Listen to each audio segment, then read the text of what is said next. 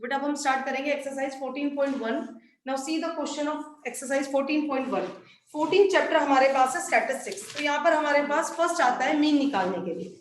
ठीक है, मीन निकालने के मेथड्स की बात करेंगे। तो प्रॉपर मीन निकालने के 3 मेथड्स है, जिसमें से हम फर्स्ट मेथड से स्टार्ट कर रहे हैं, that is direct method. Direct method, इसका फॉर्मूला देखते हैं। फर्स्ट है हमारे पास डायरेक्ट मेथड। डायरेक्ट मेथड क्या होता है बेटा, इसमें सबसे पहले हम फॉर्मूला देखेंगे एक्स बार। एक्स बार डिनोट करता है हमारे मीन को। ये चीज इक्वल होती है summation of F I into x I over summation of F I. ये हो गया मीन का फॉर्मूला। डायरेक्ट मेथड का यूज हम तब करेंगे जब हमारे पास जो भी गिवन डाटा है वो बहुत ही इजी है, उसकी कैलकुलेशन बहुत इजी है, छोटी छोटी वैल्यूज गिवन है 2 4 6 8 इस टाइप से, और मल्टीप्लाई करने आप वर्बली उसको आराम से मल्टीप्लाई कर पा रहे हो। तो जब हमारे पास डाटा कुछ इस टाइप से गिवन होगा छोटा सा, तब हम यूज करेंगे डायरेक्ट मेथड। जैसे जैसे हमारा डेटा चेंज होता जाएगा उस हिसाब से हमारे मेथड्स भी उसके हिसाब से चेंज होते जाएंगे। इसमें कैलकुलेशन बहुत बड़ी हो जाएगी, तो उसके लिए हमारे पास और भी मेथड्स बने हुए हैं। टोटल 3 मेथड्स है मीन को सॉल्व करने के लिए। तो पहले हम फर्स्ट ही मेथड देखेंगे। So see the question number first. एक डायरेक्ट मेथड से क्वेश्चन भी कर लेते हैं, उसके बाद हम इसकी सेकंड मेथड को देखेंगे। फर्स्ट क्वेश्चन है एक्सरसाइज 14.1 का। Survey was conducted by a group of students as a part of their environment awareness program, in which they collected the following data regarding the number of plants in 20 houses in a locality. Find the mean number of plants per house. यहाँ पर सबसे पहले आप देखिए, आपको question में एक table given है। ये टेबल आपको एज इट इज लिखनी है। ऐसा नहीं है कि आपको क्वेश्चन नोट डाउन नहीं करना, आपको ऊपर का क्वेश्चन नहीं लिखना है कॉपी में। आपको जो टेबल गिवन है ये आप ऐसे कैसे नोट डाउन करेंगे और इस टेबल को समझेंगे कि जो इन्फॉर्मेशन है वो किस फॉर्म में गिवन है और आपको किस हिसाब से चाहिए उसको, और अपने रिक्वायरमेंट के हिसाब से उसको चेंज करेंगे। फर्स्ट कॉलम है नंबर ऑफ प्लांट्स का, यहाँ हम लिखेंगे नंबर ऑफ प्लांट्स। तो नंबर ऑफ प्लांट्स हमारे पास है, रेंज गिवन है इसमें 0 to 2। कितने हाउस है, 2 से 4, 4 से 6, 6 to 8, 8 to 10, 10 to 12, 12 to 14, यहाँ तक। ठीक है, इतना हमारे पास गिवन है इसमें। अब देखो बेटा इसके आगे, यहाँ पर नंबर ऑफ प्लांट्स के बाद नेक्स्ट कॉलम है हमारा number of houses. Number of houses, number of houses हमारे पास कितने गिवन है इसके, 1 2 1 5 6 1, इसमें 2 है, इसमें 1 है, इसमें 5 6 2 3। अब इस चीज को समझो, क्या समझा रहा है।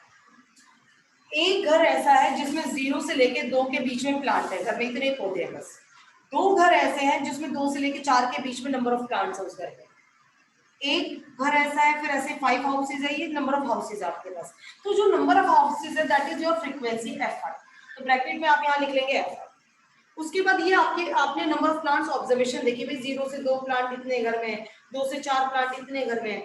यहाँ से हम ये कंटिन्यूस है, बिल्कुल कोई बीच में ब्रेक नहीं है। अब हम इसके निकालेंगे ऑब्जर्वेशन, यानी एक्सआई हम यहाँ से निकालेंगे। एक्सआई को बोलते हैं क्लास मार्क। क्लास मार्क कैसे निकलता है, lower limit plus upper limit divided by 2, या फिर आप ये भी कह सकते हैं इसकी मिड वैल्यू।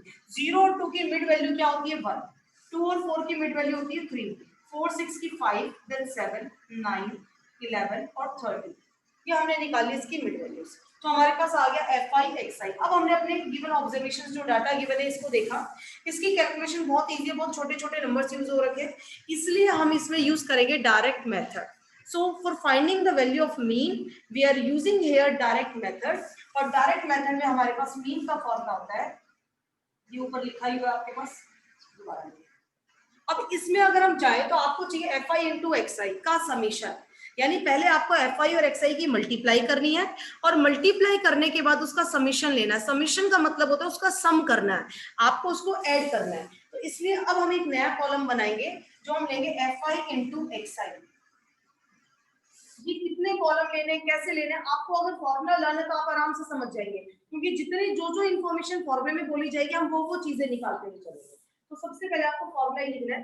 अब एफ आई इंटू एक्स आई, इनकी मल्टीप्लाई करेंगे 1 2 3 6, 5 1 5, 5 7 35, 6 9 कितना हो जाएगा हमारे पास 54, 11 2 13 3 30। ये आ गई हमारे पास वैल्यूज की। अब देखिए इसमें, अब इस क्वेश्चन के अकॉर्डिंग हमें एफ आई और एक्स आई का क्या चाहिए रहेगा, सम।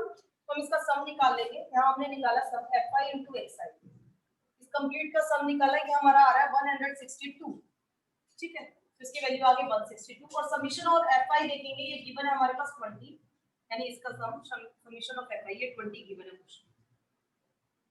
जो जो इंफॉर्मेशन हमारे पास गिवन है हमने उसको लिख दिया यहाँ पर। अब फॉर्मूला लिखेंगे दोबारा से, x bar is equal to summation of fi xi upon में समीशन ऑफ fi, और यहाँ से इसकी वैल्यू 162 को डिवाइड करेंगे 20 से, तो ये हमारा कैंसिल आउट होकर आ जाएगा 8.1। So x bar is equal to 8.1। ये था हमारा फर्स्ट क्वेश्चन। इसमें हमसे पूछा गया है सेकंड पार्ट में कि आप कौन सा मेथड यूज करेंगे। So we are using here direct method.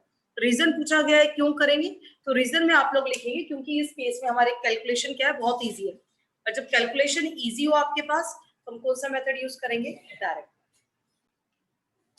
Next question number second, consider the following distribution of daily wages of 50 workers of a factory.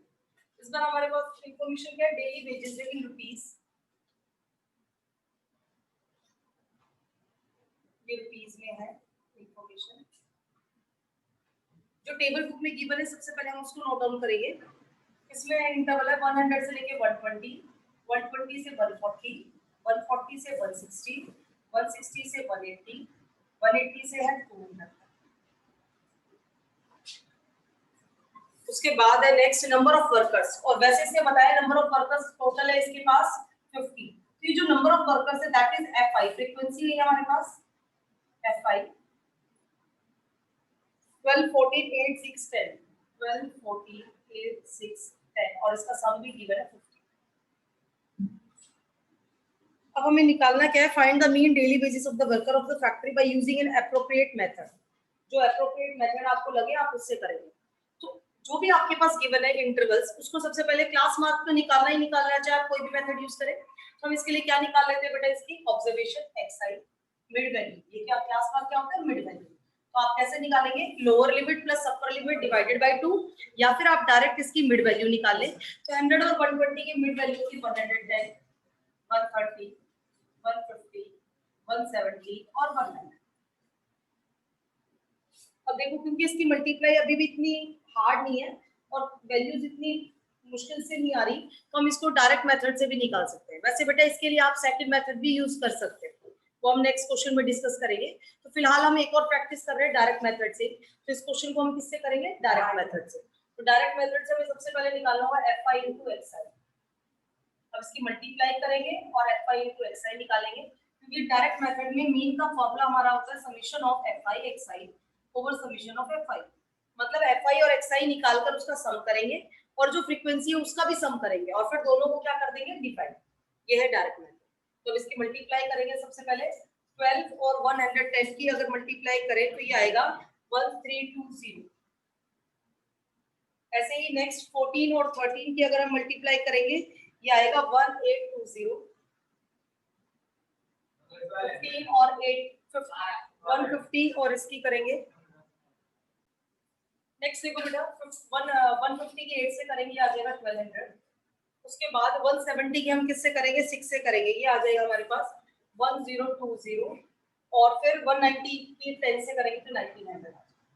अब हमें नेक्स्ट चीज इसका सम, ये जो fi xi आपका निकल के आया है हम करेंगे इसका सम 7260 इसका सम आ जाएगा। आप लोग जोड़ लें इसको, ठीक है, ये सम आ गया। अब इस फॉर्मूले में पुट करेंगे तो फॉर्मूला क्या कहता है, समीशन fi xi यानी 7260 divided by summation of fi को हमारे पास क्या है 50, 0 से 0 हमारा कैंसिल हो गया। अब 726 को अगर 5 से डिवाइड करेंगे तो ये हमारे पास कट के आ जाएगा बेटा 145.2। इसको आप काट लीजिए, यही आएगा 145.2। तो हमारे पास क्वेश्चन नंबर सेकंड था कि आप मीन निकाले, वो निकाल दिया। एप्रोप्रिएट मेथड, तो ये क्योंकि कैलकुलेशन ज्यादा बड़ी नहीं लगी तो इसके लिए हम बोल सकते हैं कि we are using here direct method. तो हमारे हमने एप्रोप्रिएट मेथड क्या यूज किया है, डायरेक्ट मेथड। ये था question number second number. Now see the question number third. The following distribution shows the daily pocket allowance of a children of a locality. The mean pocket allowance is ₹18। Question number third में बेटा हमारे पास mean पहले से given है, यानी x बार या फिर जो मीन हम कह रहे हैं वो हमारे पास गिवन है 18। ये वैल्यू हमारे पास गिवन है। Find the missing frequency F. इसके टेबल में एक मिसिंग फ्रीक्वेंसी है, वो मिसिंग फ्रीक्वेंसी हमें निकालनी है इसकी। ठीक है, तो हमसे पूछा है एफ बताओ क्या होगा। तो सबसे पहले हम इसकी टेबल नोट डाउन कर लेते हैं, जो टेबल है इसकी डेली पॉकेट अलाउंस में इन रुपीज में लिख लेते हैं इसको। आप पूरा लिख लेते हैं इसका ना, डेली पॉकेट अलाउंस। ये 11 से 13, 13 से 15, 15 17, 17 19, 19 21, 21 से 23, 23 से 25।